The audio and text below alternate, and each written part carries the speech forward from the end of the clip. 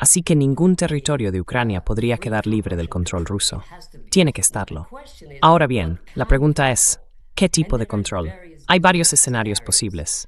Lo que dijo Putin fue, ya sabes, el programa mínimo ruso, como todos sabemos, 4 provincias más Crimea y la neutralidad. Y eso fue posible durante bastante tiempo, pero ya no. Este año, 2026, será recordado como el año en que esa posibilidad desapareció. Ya no existe.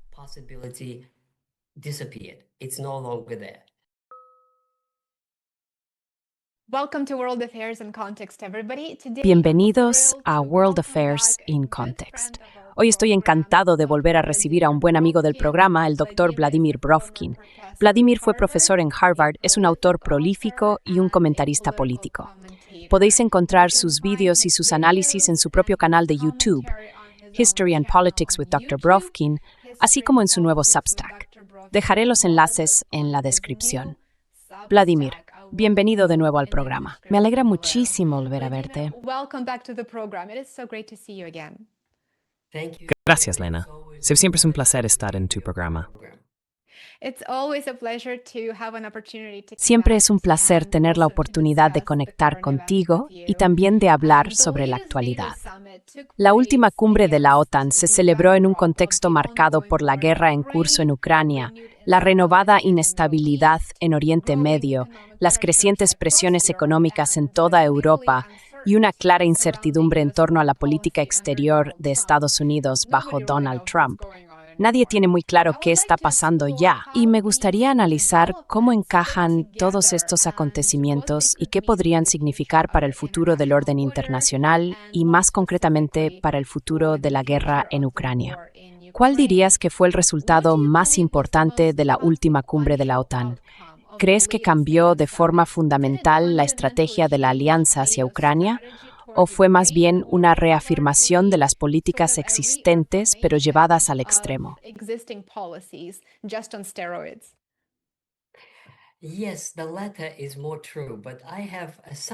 Sí, lo segundo es más cierto, pero yo tengo una visión un poco distinta sobre esto.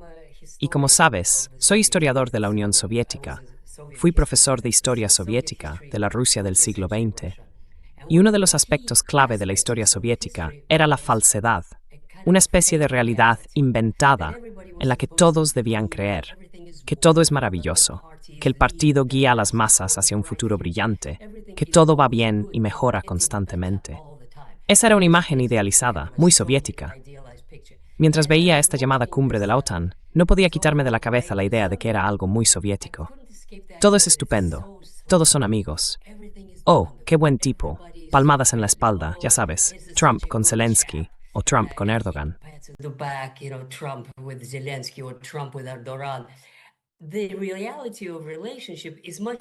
La realidad de esa relación es mucho más compleja. Y desde luego no se trata solo de llevarse bien. En otras palabras, o mejor dicho, en una sola palabra, creo que esto es una cumbre falsa, o al menos falsa en el sentido de una unidad aparente. No hay unidad. Hay contradicciones serias y profundas entre todos ellos. Por ejemplo, entre los halcones de Europa Occidental y Trump, entre los europeos y Trump en lo que respecta a Israel y a su vínculo con Israel, sobre la guerra en Irán, con la que ellos no quieren tener nada que ver, y que Trump les reprocha por eso. Hay muchísimos otros temas, y toda esa supuesta unidad no es más que una puesta en escena, detrás de la cual se puede intentar analizar quién está con quién quiere qué, y entonces veremos que no hay ninguna unidad.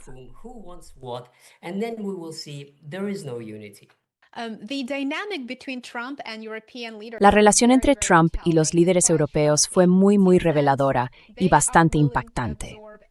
Da la impresión de que están dispuestos a soportar cualquier cantidad de humillación por parte de él, y aún así sonríen y fingen que son, ya sabes, casi mejores amigos delante de las cámaras.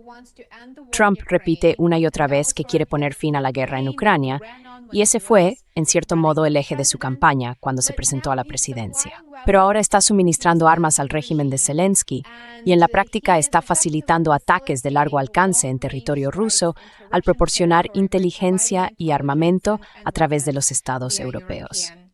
Entonces, ¿Está Trump ahora alineado con las élites de la Unión Europea para luchar, entre comillas, hasta el último ucraniano?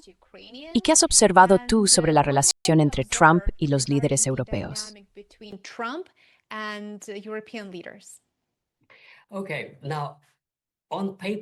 Vale.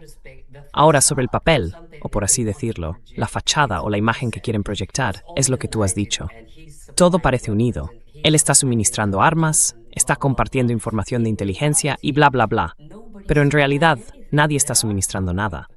No hay armas. ¿Dónde están los Patriots? No existen. Sobre todo si se reanuda la guerra con Irán. Hay una lista de espera larguísima, y la prioridad no sería para los europeos, ni para los ucranianos, sino para el ejército estadounidense, que se está quedando sin esos misiles Patriot o sin ningún otro tipo de misil.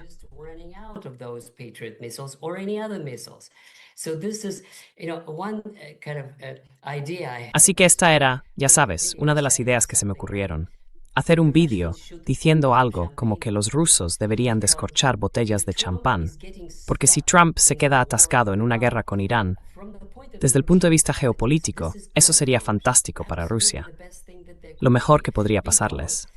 Porque Trump va a dedicar todo su tiempo, su esfuerzo y sus armas a intentar conseguir una victoria imposible sobre Irán. Maravilloso. Así no quedará energía, ni misiles, ni nada para los europeos o para los ucranianos. Ahora, volviendo a la relación entre bastidores, lo que sí puedo afirmar es que los europeos halcones, los von der Leyen, los Macron, los Merz, detestan a Trump por muchas razones.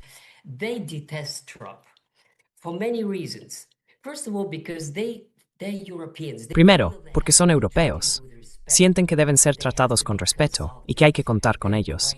Son grandes potencias, supuestamente. Pero él los trata como un jefe de la mafia, trata a sus subordinados, ignorándolos por completo. Ya sabes, esto es una reunión de la OTAN, y resulta que Irán no forma parte del ámbito de actuación de la OTAN. Aún así, él espera que lo apoyen solo porque decide ir a la guerra. Pero así no es como se trata a los aliados, a los verdaderos aliados. Los aliados tienen que reunirse, tienen que hablarlo como iguales. No puede ser que uno diga hoy, decido ir a la guerra y espero que los demás me apoyen.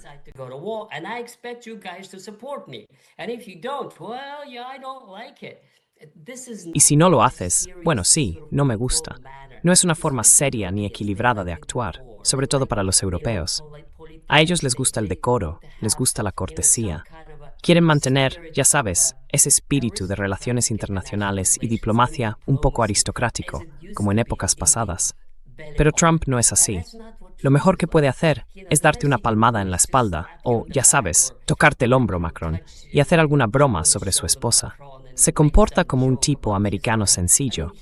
Debería entender que eso puede funcionar bien con su base en Estados Unidos, pero no funciona con la alta sociedad europea. No es la manera en que se supone que uno debe comportarse.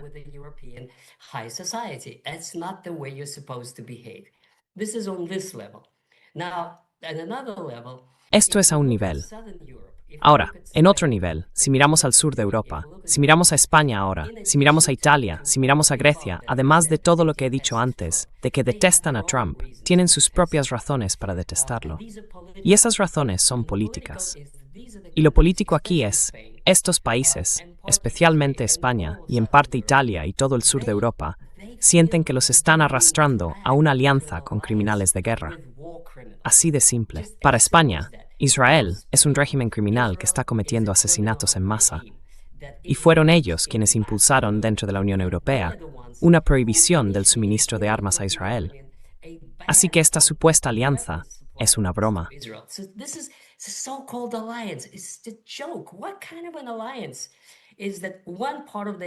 ¿Qué tipo de alianza es esta? Una parte de la alianza quiere que los demás digan sí, señor, y apoyen la guerra. Y otra parte dice que esa guerra es un crimen de guerra, o al menos no la de Irán, sino la de Palestina. Además, hace poco, escuché un discurso de Jean-Luc Mélenchon, que es el líder de un gran partido político. Es uno de los principales candidatos para las elecciones presidenciales del año que viene en Francia. Y dijo que si ganamos, es decir, si gana su partido, se unirán a España para imponer sanciones a Israel. Ese es su programa. Se ve claramente hacia dónde va todo esto. Y luego, los españoles se sienten totalmente ridiculizados por Trump, muy dolidos y muy molestos, porque dicen, hemos sido un buen aliado, hemos cumplido con todo, y ahora Trump dice cosas insultantes sobre España, que debería ser expulsada. Insulting things about Spain should be expelled. I don't like the Spanish. We should stop all trade with Spain. No me gusta España. Deberíamos detener todo el comercio con España. En otras palabras, el punto es que no se te permite tener una opinión diferente a la del jefe. Esto no es una alianza. No es la forma de tratar a un aliado igual. España es un país grande, un país importante. No es Montenegro, que puedes ignorar. No es Letonia, con 1 millón de habitantes. Es un gran país europeo, con una enorme influencia en el mundo, en América Latina. Y tratarlo así es infantil, es una tontería, es una falta de respeto. Quiero decir, podría seguir con los calificativos, pero esta es una de esas fracturas de las que nadie habla en los medios occidentales, aunque se nota, se percibe. Y si vas y le preguntas a Google, ya sabes que te muestre lo que dijo la prensa española sobre la cumbre de la OTAN, verás lo que sintieron los españoles. Y esto es solo un ejemplo. Podría seguir.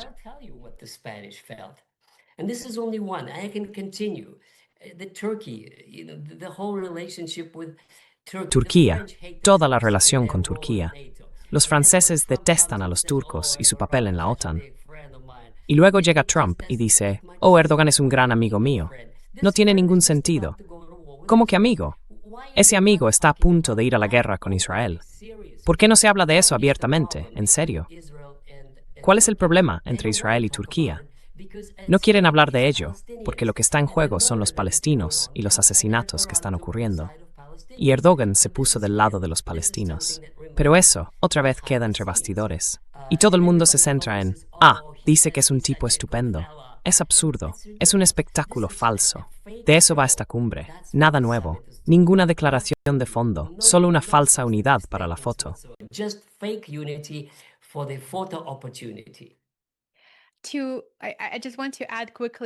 Solo quiero añadir algo rápido a tu comentario sobre la falsa unidad de la OTAN. Leí hace poco que el excomandante supremo aliado en Europa, entre 2009 y 2013, James Stavridis, dijo que la OTAN debería suspender las cumbres de sus líderes durante los próximos 2 años, hasta que una nueva administración estadounidense llegue a la Casa Blanca. Según él, esa estrategia permitiría a los aliados europeos evitar enfrentamientos innecesarios con Trump y mismo alianza. Es que aunque se reveten en uno que restauran, esto era mis pruebas, como vez de señalar, que se con lo contrario.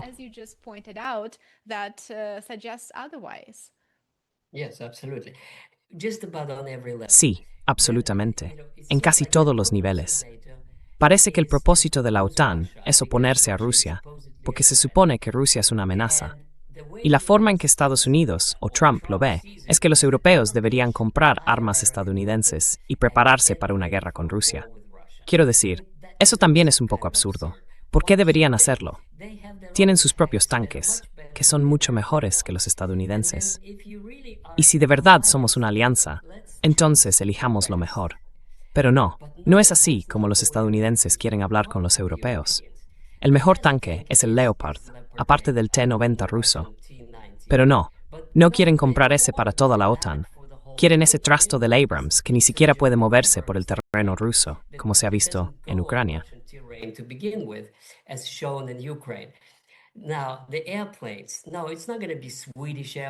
Ahora, los aviones. No van a ser aviones suecos. Tampoco van a ser aviones franceses. No, van a ser los F-35, que uno de tus invitados llamó un montón de chatarra. Yo no soy ingeniero, así que no sé si realmente lo son o no, pero sí sé que son muchísimo más caros que los aviones rusos de calidad equivalente, como el Su-57 o el Su-35 y otros. Así que esta idea de que la OTAN significa que los europeos compran armas estadounidenses no tiene sentido, porque no se basa en la igualdad. Se basa, ya sabes, en imponer los productos estadounidenses a la fuerza, sin una competencia ni una elección justas. Without fair competition and fair choice. Muy cierto. Así que terminó la cumbre de la OTAN y al día siguiente, el 9 de julio, me di cuenta de que el ministro de Asuntos Exteriores ruso, Sergei Lavrov, dijo, y le voy a citar, «Ya no creeremos más a Occidente cuando diga que quiere soluciones negociadas. Esa reserva de buena voluntad y esperanza se ha agotado por completo». Ahora, puede que eso suene bastante aburrido para los observadores estadounidenses, acostumbrados a que Trump publique todo tipo de cosas en las redes sociales. Pero Lavrov es muy cuidadoso con su retórica, y lo mismo ocurre con el resto de las altas esferas del liderazgo político ruso. Así que, aunque suene muy medido, en realidad es una declaración muy contundente por parte de Lavrov. Vladimir, ¿cómo interpretas esto? ¿Cuál es tu opinión sobre lo que dijo Lavrov y las consecuencias de esa postura?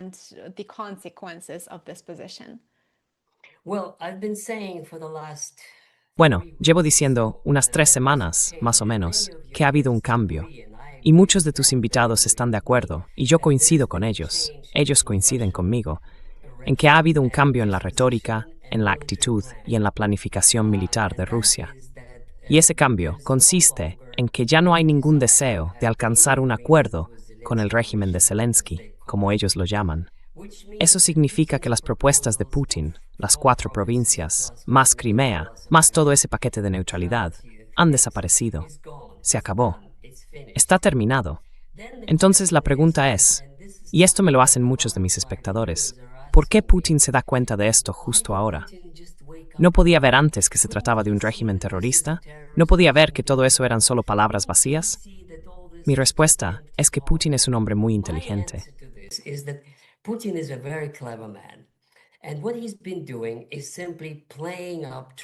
Y lo que ha estado haciendo es simplemente aprovechar a Trump tal como es, para conseguir sus objetivos. Déjame intentar explicar cuáles son los objetivos de Putin. El objetivo de Putin no es tener a todos los países occidentales unidos en un frente común contra Rusia. Así que cualquier oportunidad de crear divisiones entre ellos, de explotar sus diferencias y de ganarse el favor de Trump, debe aprovecharla al máximo. Por eso lo invita a Moscú, va a Anchorage y habla de mantener buenas relaciones. No es que no las quiera, estoy seguro de que sí. Estoy seguro de que quiere buenas relaciones. Pero no es posible. Y no es tan ingenuo como para pensar que eso es posible cuando no lo es. Entonces, ¿por qué lo hace?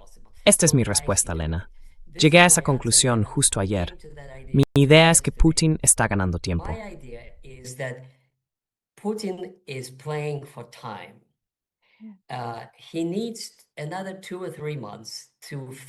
Necesita otros 2 o 3 meses para terminar el trabajo en Donbass, para tomar Kramatorsk y Sloviansk y llegar hasta las fronteras de Donbass y las 4 provincias de las que hablaba. Algunos dicen que después de las elecciones de la Duma tendrá las manos libres. Y lo que sí se puede esperar con certeza es una ofensiva mucho más enérgica contra el régimen de Zelensky, o quizá algo aún más drástico. Tal vez incluso una declaración de guerra y una movilización. Porque lo que está claro es que la sociedad rusa empieza a cansarse. 4 años. Ahora ya son 4 años y medio. Hay que acabar con esta guerra. Y la única forma de hacerlo es tomando Kharkov y Odessa. Y eso es difícil, porque son ciudades con millones de habitantes. Y no se puede. Si fuera peor, sería muy fácil.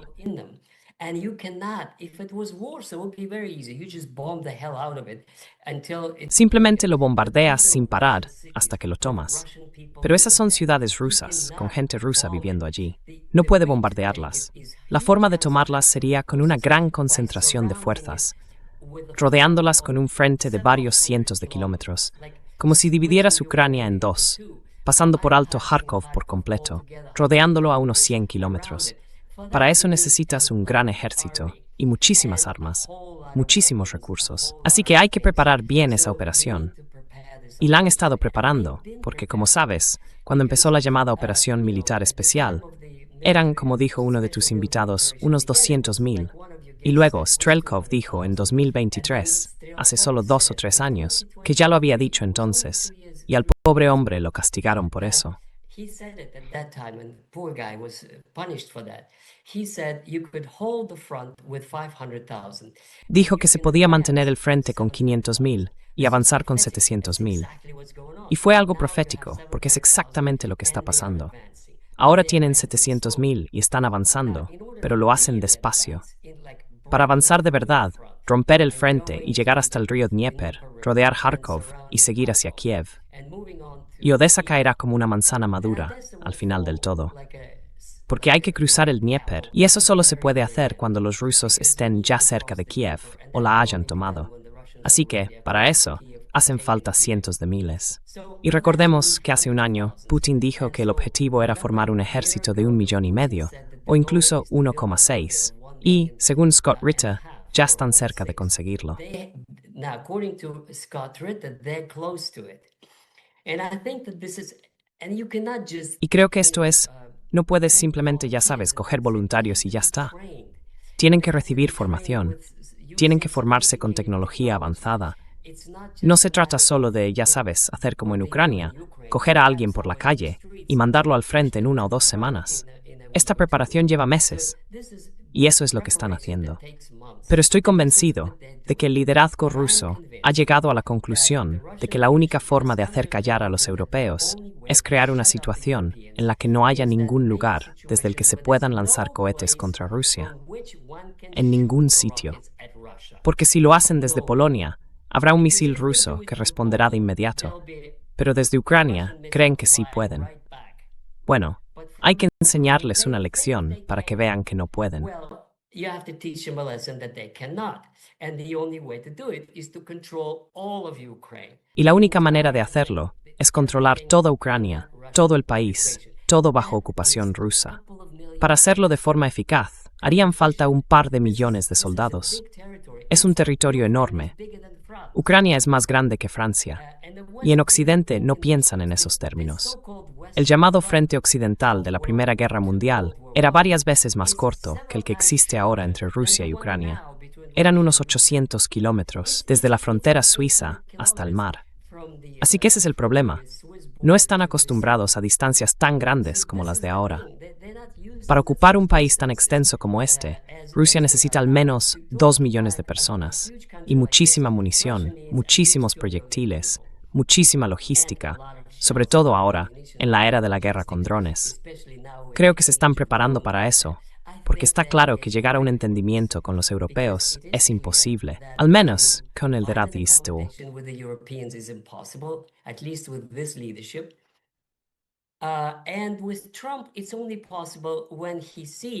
Con Trump, eso solo es posible cuando ve el hecho consumado sobre el terreno, y entonces lo acepta.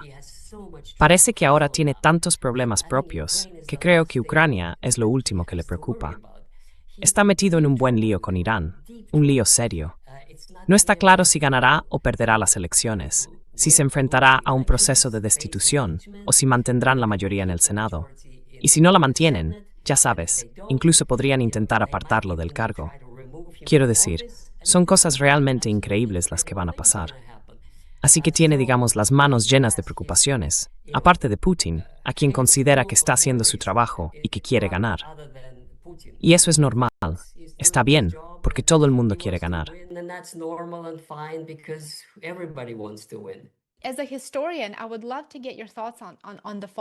Como historiador, me encantaría conocer su opinión sobre lo siguiente. Putin dijo que Novorossiya es el siguiente objetivo, por así decirlo. Y como usted mencionó, el antiguo acuerdo propuesto ya no está sobre la mesa. Ya no se va a limitar solo a esas 4 oblasts. Así que, ¿qué cree usted que implica este nuevo enfoque en cuanto al territorio que Rusia va a buscar o que pretende establecer como su zona de contención?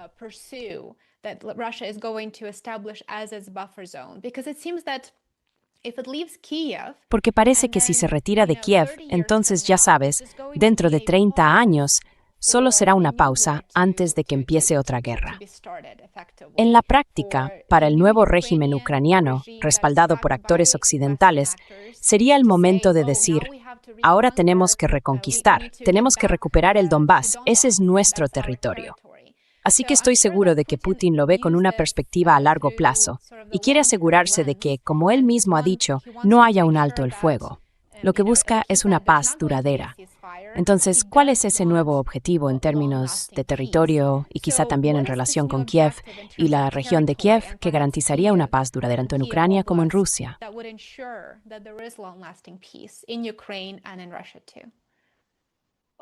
The answer is very simple. I think it was provided La respuesta es muy sencilla. Creo que la dio Medvedev, me parece que hace un año, y publicó, en aquel momento fue un gran revuelo, un mapa de Ucrania, y todo el mundo hablaba de él. No creo que se haya decidido todavía cuáles serán las fronteras definitivas. Comentaré eso en un momento. Pero lo más importante, lo que Putin ha repetido todo el tiempo, y con lo que todos en su entorno están de acuerdo, es que Ucrania no puede ser una amenaza para la seguridad de Rusia. Eso es todo. Sea cual sea la forma que adopte, todas las opciones deben cumplir con ese requisito. Así que si, por ejemplo, la parte occidental de Ucrania o la zona más allá de los Cárpatos quedara independiente o entrara en la OTAN, eso sería inaceptable. ¿Por qué? as left independent on NATO. That's unacceptable. Why? Because they could put their missiles there. Porque podrían colocar allí sus misiles y disparar contra Rusia en cualquier momento. Así que ningún territorio de Ucrania podría quedar libre del control ruso. Tiene que estarlo. Ahora bien, la pregunta es, ¿qué tipo de control? Y ahí hay varios escenarios posibles. Lo que dijo Putin fue, ya sabes, el programa mínimo ruso, como todos sabemos, 4 provincias más Crimea y la neutralidad. Y eso fue posible durante bastante tiempo, pero ya no. Este año, 2026, será recordado como el año en que esa posibilidad desapareció. Ya no existe. En parte es culpa de Trump, o de su incapacidad para sacar esto adelante. En parte también es por la actitud beligerante de los europeos y su falta de voluntad para llegar a un compromiso. Así que ahora, el siguiente objetivo sería Novorossiya. So what would be now the next goal is Novorossiya. And in one of your programs you discussed, you yourself, Y en uno de tus programas hablaste, tú mismo lo comentaste, sobre dónde están las fronteras. Hay distintos mapas que muestran diferentes tipos de fronteras. Y uno de tus invitados, creo que fue Larry Johnson, dijo algo que sería la interpretación más maximalista de lo que se llama Novorossiya. Es decir, empezando por Odessa, Nikolaev, Dnipropetrovsk y Kharkov, y luego Sumy, Poltava, Chernigov y quizá incluso Kiev. Eso dejaría el centro y el oeste de Ucrania. Pero lo que yo añadiría a esto es que, según lo que también dijo Putin, Rusia no quiere que exista una Ucrania dirigida por la Ucrania banderista, la del oeste. Así que, lo que mostró el mapa de Medvedev cuando lo publicó es que hay 3 partes de Ucrania. when he published it, is that there's 3 pieces of Ukraine. There'll be one Novorossiya that is Habrá una, Novorossiya, que se unirá a Rusia, y probablemente con el mismo escenario que las otras 4 provincias, con un plebiscito, con un referéndum. Son territorios de habla rusa, con gente que es rusa, que habla ruso y que ha sido rusa durante los últimos 200 años, desde que las tierras fueron colonizadas después de Catalina II. Bien, luego está la Ucrania central. Eso incluye Zhytomyr, Vinnytsia y los territorios del centro de Ucrania que llegan hasta los Cárpatos. Esas eran las zonas que en el Imperio zarista se llamaban Malorossiya. Por cierto, siempre lo explico, pero quizás sea interesante para tus oyentes entender el significado de Malorossiya. En el diccionario simplemente aparece como pequeña Rusia, pero en realidad no es pequeña. But it's not actually small. Let me just say, I like... Y déjame decirte algo. Me gustan las cosas antiguas, los mapas antiguos, los libros antiguos, todo eso. Una vez compré un mapa en una brocante en Francia que venía de la imprenta de Su Majestad Napoleón, emperador de Francia.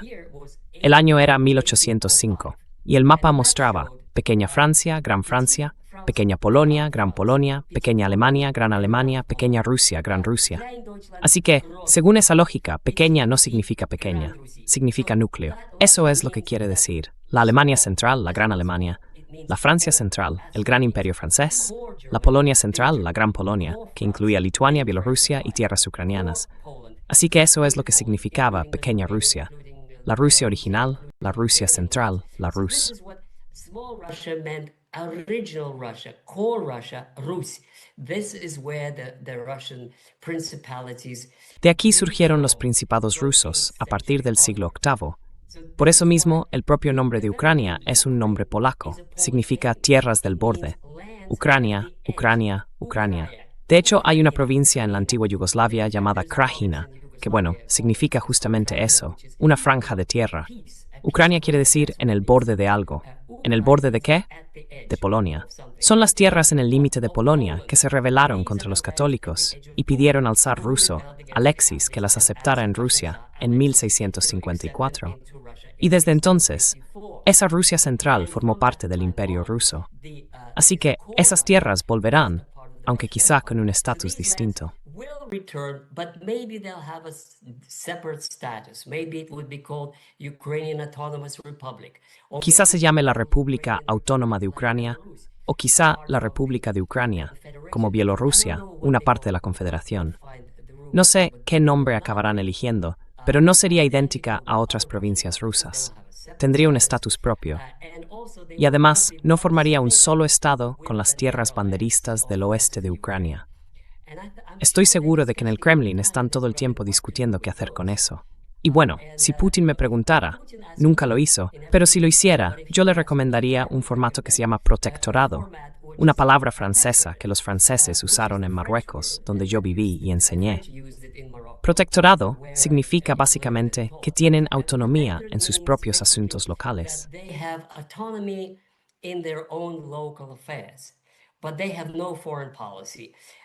Pero no tienen política exterior, no tienen relaciones internacionales.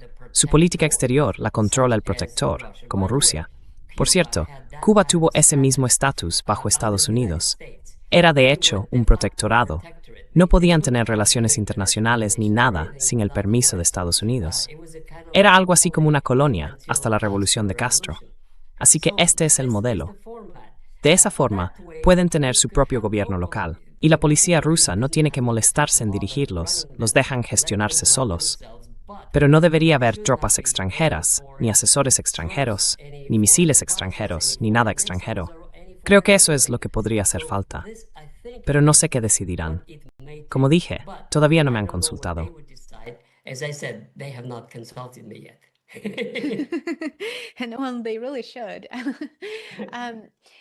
Y realmente deberían hacerlo. Vemos que Zelensky sigue pidiendo más armas, ayuda financiera y garantías de seguridad. Ya que estás en Europa, me encantaría conocer tu opinión sobre esto también.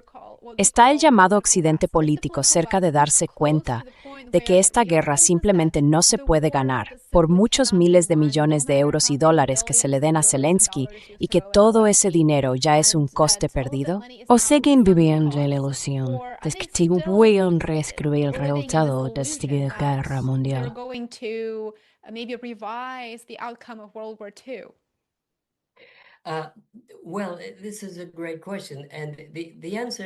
Bueno, esa es una gran pregunta.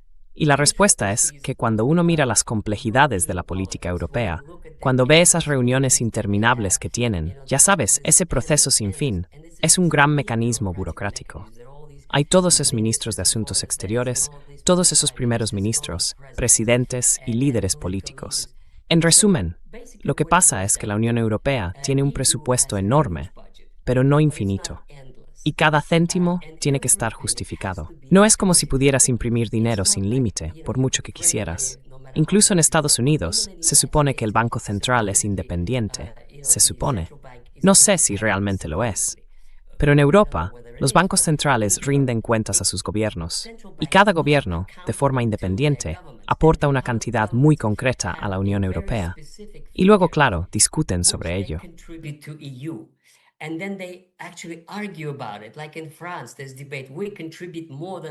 Como en Francia, hay debate. Nosotros aportamos más de lo que recibimos. La cifra está definida. No pueden manipularla hasta el punto de que desaparezcan miles de millones y nadie sepa dónde están. Tiene que votarse. Y eso significa que no pueden decir eternamente, estamos ganando, vamos a dar otros 2.000 millones. No, no pueden. Les costó muchísimo llegar a esos supuestos 90.000 millones en 2 años, y la mitad salió, en realidad, de los intereses del dinero ruso. Dijeron algo así como, bueno, cuando Ucrania gane, Rusia pagará las reparaciones. Y cuando el gobierno belga preguntó, ¿y si no las paga?, respondieron, entonces tendremos que pagarlas nosotros. Pero lo dejaron para más adelante. En otras palabras, los parlamentos hoy no tienen que votarlo. The parliaments today do not have to vote for it. So they bought themselves time. Así que se han comprado algo de tiempo. Pero esto no puede durar indefinidamente, porque el año que viene habrá elecciones en Francia y después llegarán cambios en Alemania. Y tendrán que rendir cuentas a los partidos de la oposición, que aún no han sido prohibidos, y a la prensa, que todavía existe. Un momento, ¿dónde están los 10.000 millones de dólares que se suponía que ibas a recibir por esto y por aquello? Ese es el problema del dinero. El segundo problema tiene que ver con las armas.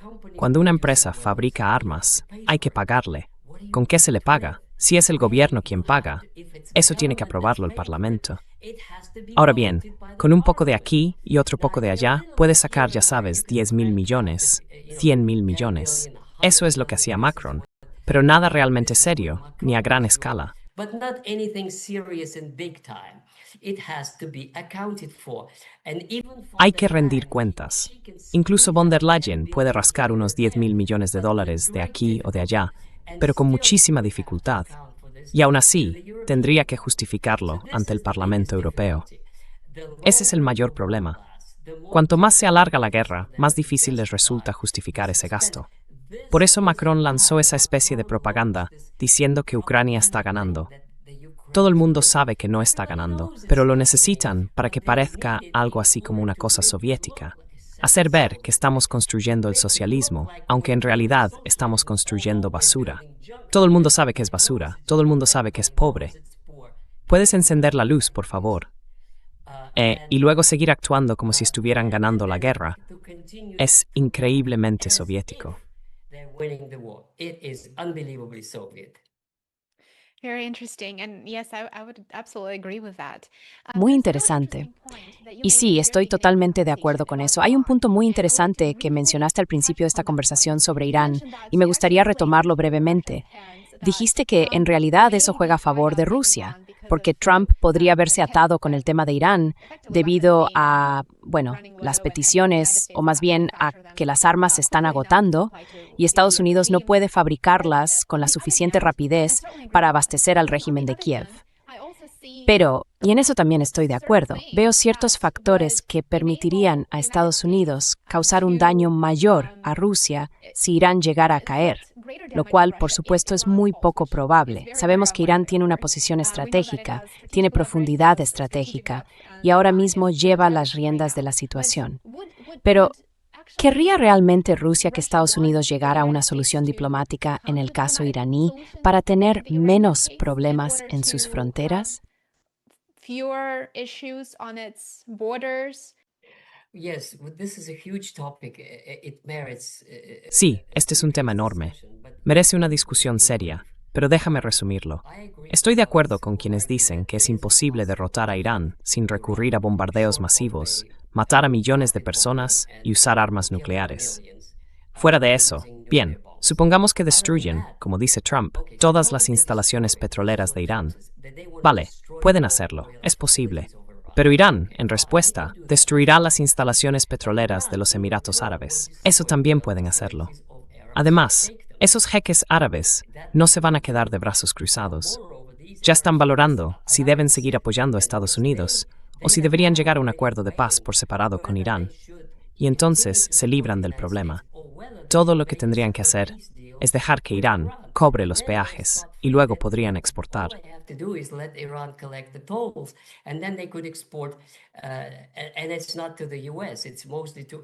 Y no es hacia Estados Unidos. Es sobre todo hacia Asia y en parte hacia Europa. Así que no está claro qué camino van a tomar. Pero hasta ahora, tener bases estadounidenses es más una carga que una ventaja, porque no te ayuda en nada, solo hace que te bombardeen. Ese es el problema. Ahora bien, ¿qué puede hacer Estados Unidos además de bombardear? Dicen que podrían iniciar una operación terrestre y tomar la isla de Karg. ¿Y qué? ¿Una operación terrestre para qué? ¿Con qué objetivo? ¿Van a marchar hasta Teherán? Eso es imposible. Para eso harían falta 2 millones de hombres, y además un punto de partida, lo que significa trasladarlos a los estados del Golfo. Y claro, desde los estados del Golfo, tendrías que cruzar Irak para poder entrar en Irán. In order to go into Iran. And then Iraq had already a land war with Y luego, and the Irak Iranians ya había tenido una guerra terrestre con Irán, y los iraníes resistieron. Mantuvieron solo su territorio, Irán. Así que, ¿por qué piensan los estadounidenses que si envían 500.000 hombres o incluso 2 millones, podrían avanzar en una operación terrestre? Primero, no tienen 2 millones de hombres. Y además hay que armarlos, abastecerlos, llevarles comida, agua, de todo tipo de suministros. No creo que Estados Unidos tenga todo eso preparado. Les llevaría años construir esa capacidad. Y para entonces, el mandato de Trump ya habría terminado. Así que, desde un punto de vista práctico, logístico, una guerra con Irán no se puede ganar. Lo que sí pueden hacer es causarle un gran daño. Y los iraníes lo saben, y están dispuestos a afrontarlo. Ya lo hicieron en la guerra con Irak. And they did it with the war with Iran. You know, if you deprive them of oil, what are they going to collapse? No. Si les quitas el petróleo, ¿qué pasa? ¿Que se van a derrumbar? No, ya vivían así antes. Sería duro, claro, pero saben vivir en condiciones duras. Y al final, el punto clave es este. Rusia y China no pueden permitirse que Irán pierda. Es decir, se dan cuenta de que Irán es un poco impredecible. Quiero decir, hacen cosas que tanto China como Rusia son muy cautelosas, sobre todo China. Son muy cuidadosos y no quieren hacer movimientos bruscos, ni provocar a los estadounidenses, ni nada por el estilo. Pero en el fondo, la línea roja para ambos es clara. No pueden permitirse que el régimen iraní empiece a desmoronarse. No me sorprendería que los chinos y los rusos enviaran una fuerza expedicionaria para sostenerlo, porque eso va directamente en su interés nacional absoluto.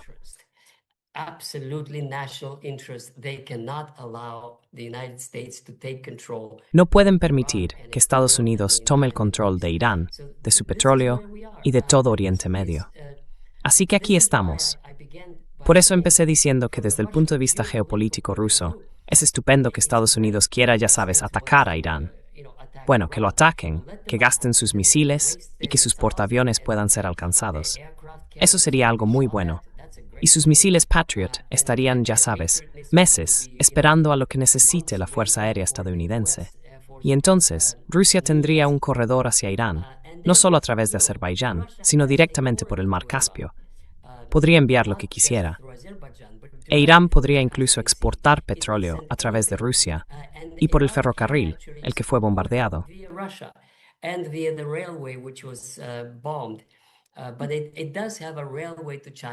Pero sí tiene un ferrocarril hacia China, y un ferrocarril, bueno, 2 ferrocarriles, y un ferry que pasa por Tayikistán y por Azerbaiyán. No creo que los azerbaiyanos se atrevieran, con su relación tan cercana con Trump, a decir que no a los trenes rusos o a los iraníes. Porque si lo hicieran, Rusia e Irán podrían enviar una fuerza expedicionaria y tomar Azerbaiyán con bastante facilidad, si fuera necesario, en interés nacional de ambos países. Dejan que Aliyev, ya sabes, finja que puede hacer lo que quiera, pero dentro de ciertos límites. Si hubiera peligro para la supervivencia de Irán, podrían hacerlo. Simplemente abrir una frontera directa entre Irán y Rusia. Pero no creo que lleguen tan lejos. Trump también entiende cuáles son los límites. Trump also realizes the limits. It's one thing that he likes to show and scream. Una cosa es que le guste presumir y gritar, ya sabes, algo que no es nada presidencial, que si hay gentuza, que si esto o lo otro.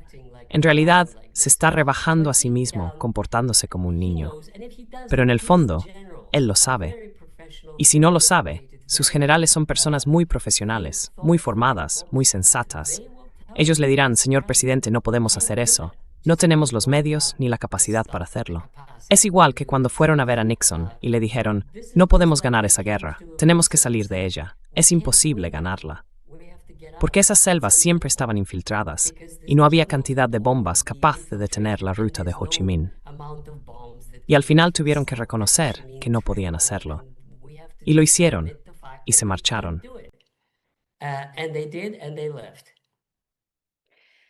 A crucial player in the region is, of course, Un actor clave en la región es, por supuesto, Turquía. Turquía ocupa una posición única. Es miembro de la OTAN, pero al mismo tiempo mantiene relaciones con Rusia, con Ucrania y con países de todo Oriente Medio. Y, como suele decirse, Erdogan es muy hábil para sentarse en dos sillas a la vez. Cuando comenzó la cumbre de la OTAN, Trump dijo que aprobaba que Turquía comprara cazas F-35 fabricados en Estados Unidos. Pero luego, hacia el final de la cumbre, Trump comentó que no estaba tan seguro y que aún no había tomado una decisión definitiva. Bueno, Turquía compró en 2017 el sistema de defensa antiaérea ruso S-400 por $2.500 millones. Y desde entonces, Erdogan ha intentado adquirir los cazas F-35, pero el Congreso de Estados Unidos se lo ha impedido.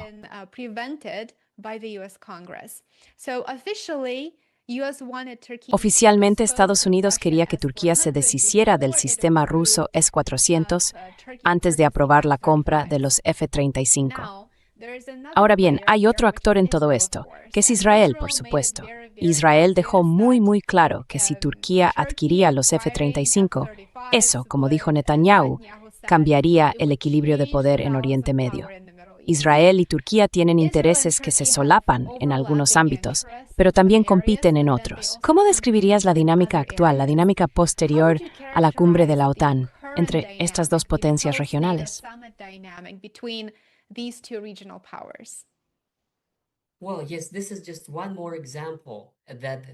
Bueno, sí, esto es solo un ejemplo más de que los llamados aliados en realidad no son aliados. Es decir, si España critica a Israel por genocidio, Erdogan está dispuesto a ir a la guerra con Israel. Y ambos son aliados. Y con los dos Trump dice, oh, es un tipo estupendo. Pero la realidad es que Turquía está utilizando a Trump para lograr su propia agenda. También debería mencionar que los turcos y Erdogan detestan a los europeos porque los consideran traidores. Totalmente y profundamente racistas, antimusulmanes y antiturcos, ya que bloquearon la entrada de Turquía en la Unión Europea, y eso les ofende mucho. Y la verdad, puedo entenderlo, porque es lo mismo que sienten los rusos cuando los europeos les dicen, vosotros no sois europeos.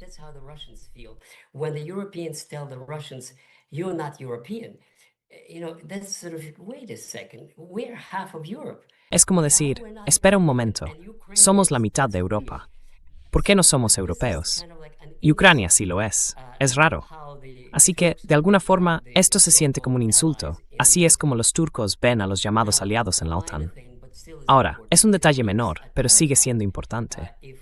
Los griegos están aterrados ante la idea de que una Turquía, que ya tiene un ejército enorme, pueda conseguir los F-35. Y luego está todo este asunto con Israel, que es un recordatorio constante para todos de que el verdadero aliado de Estados Unidos, el verdadero aliado, es Israel, y no ellos. Ellos son vasallos. Tienen que hacer lo que se les dice, incluido Erdogan. Así que él, básicamente, intenta sacar todo lo que puede de Trump. Pero ambos entienden que esto es, ya sabes, una especie de representación, un espectáculo por conveniencia.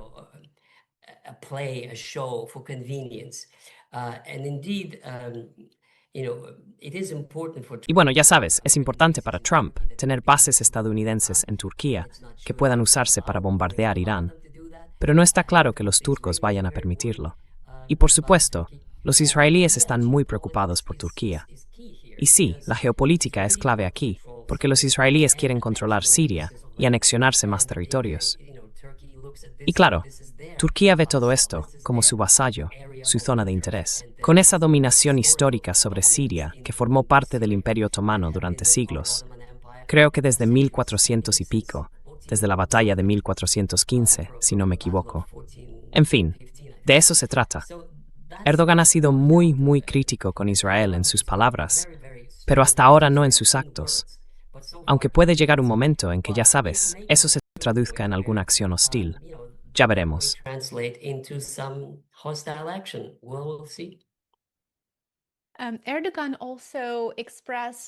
Erdogan también expresó abiertamente su apoyo a un programa para suministrar armas de la OTAN a Ucrania. El programa se llama Lista de Requisitos Prioritarios de Ucrania. ¿Cuál es la posición de Rusia sobre sus relaciones con Turquía en este momento? Y Turquía, por supuesto, es miembro de la OTAN, así que no creo que eso deba sorprender.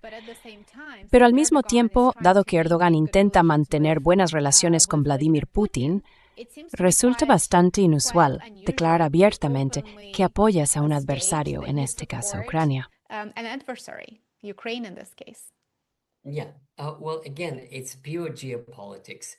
Sí, bueno, de nuevo, es pura geopolítica. Rusia y Turquía tuvieron, ni siquiera recuerdo cuántas guerras. Muchas, quizá 10 o incluso más. Todo es geopolítica. Y la razón por la que Turquía no reconoce Crimea como territorio ruso es porque en el siglo XVI, en 1550, bajo el mandato de Solimán el Magnífico, tuvo lugar la primera guerra entre, en aquel entonces, Iván el Asombroso, al que los occidentales llamaban el Terrible, y Rusia, en aquel momento, luchaba por las tierras del sur. Crimea aún no había sido conquistada. Pasarían otros 200 años, hasta Catalina II, para que Rusia tomara Crimea. Así que los turcos la consideran un territorio perdido, y por eso no quieren admitir que sea rusa, aunque sí la reconocieron cuando formaba parte de la Unión Soviética. Quieren mantener ese juego en el que una Rusia dividida, es decir, con Ucrania separada de Rusia, sirve a los intereses geopolíticos de Turquía. Is in geopolitical interests of Turkey, obviously, because that means that your northern neighbor is divided. Obviamente, porque eso significa que tu vecino del norte está dividido en dos, o en una y media. Y eso desde su punto de vista es bueno, porque les da más poder y más presencia en el Mar Negro. Sin embargo, en mi opinión, el futuro de Turquía está en la organización de Shanghái y en los BRICS, o, en general, de alguna forma u otra, con Oriente. ¿Por qué? Porque no la aceptaron. Los europeos tuvieron la oportunidad de integrar a Turquía, y no lo hicieron. ¿Por qué? Pues porque tienen miedo. Por razones históricas, tienen miedo de los turcos. Porque para los austríacos, ya sabes, Jefar von Osten, el peligro del Este, forma parte de su identidad nacional. Es parte de ese miedo, porque aquel enorme imperio otomano, más grande que el imperio romano, estuvo a las puertas de Europa durante siglos.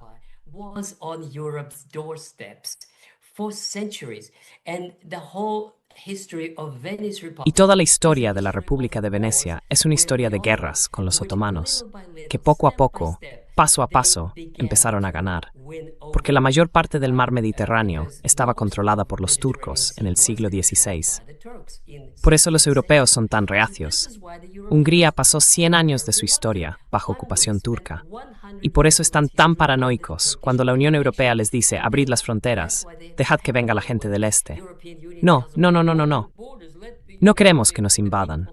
Solo hay 10 millones de húngaros y 90 millones de turcos, y no quieren que inunden Hungría, hasta que Hungría, ya sabes, acabe perdiéndose del todo. So that Hungary, finally is lost. So for these reasons, they don't want Turks. Por eso, no quieren que los turcos tengan fronteras abiertas ni libre migración, como ocurriría si formaran parte de la Unión Europea. Se les puede entender, pero yo también entiendo a los turcos. Se sienten excluidos de Occidente y ahora miran hacia Oriente, que cada vez les resulta más atractivo. Porque este es el momento en que China brilla como ejemplo de industrialización, de cómo transformar un país de la pobreza a la prosperidad. Eso es exactamente lo que los turcos quieren hacer. Y ahora miran hacia China, y eso también significa mirar hacia Rusia, porque China y Rusia están, les guste o no, prácticamente en el mismo barco. Tied in the same boat. Whether they like it or not, I think they do like it, but they need each other. Creo que sí les gusta, pero hoy en día se necesitan mutuamente más que nunca. Y creo que Turquía empieza a darse cuenta de que puede obtener más beneficios, un desarrollo a largo plazo. ¿Qué pueden ofrecerle los europeos? Nada, salvo desprecio. Tecnología, podemos conseguirla en China. El comercio, los mercados, todo eso está en China. Las cosas baratas del día a día vienen de China. Así que creo que eso es lo que Rusia ha hecho de Erdogan, un centro energético.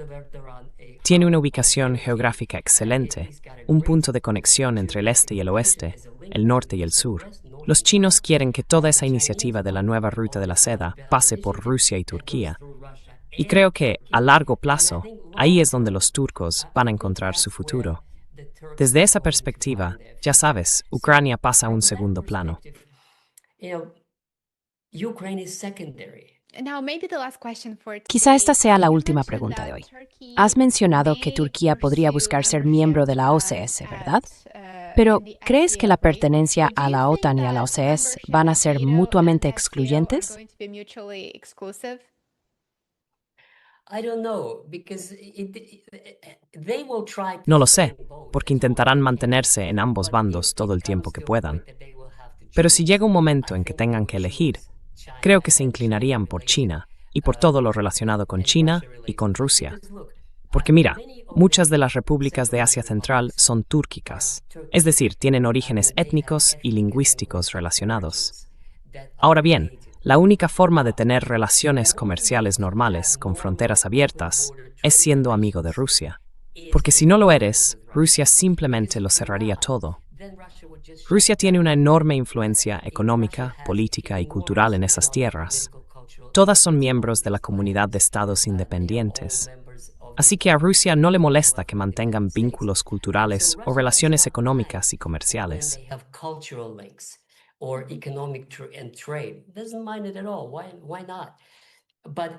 No le importa en absoluto. ¿Por qué no? Pero sí le importaría si tuviera vínculos militares o si promoviera algún tipo de idea panturquista que Rusia considerara peligrosa. Así que, a mi modo de ver, si Erdogan quiere desarrollar este tipo de paraguas cultural, una civilización túrquica, está mirando hacia el este. Y eso solo es posible si mantiene buenas relaciones económicas con Rusia y con China. Entonces, Kazajistán sería amigo de Rusia, amigo de China, amigo de Turquía, todos amigos entre sí, y podrían desarrollarse de forma armoniosa. Pero si uno intenta dominar o se le percibe como un peón, un aliado o un agente de Occidente, entonces lo van a frenar, porque no pueden permitirlo. Es su vecindario.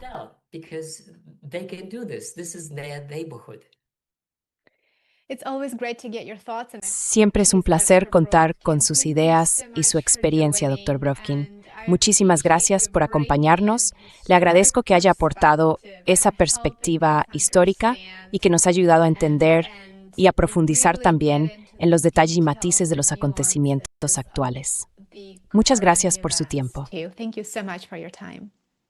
Gracias, gracias. Siempre es un placer, Nashin. Gracias. Thank you.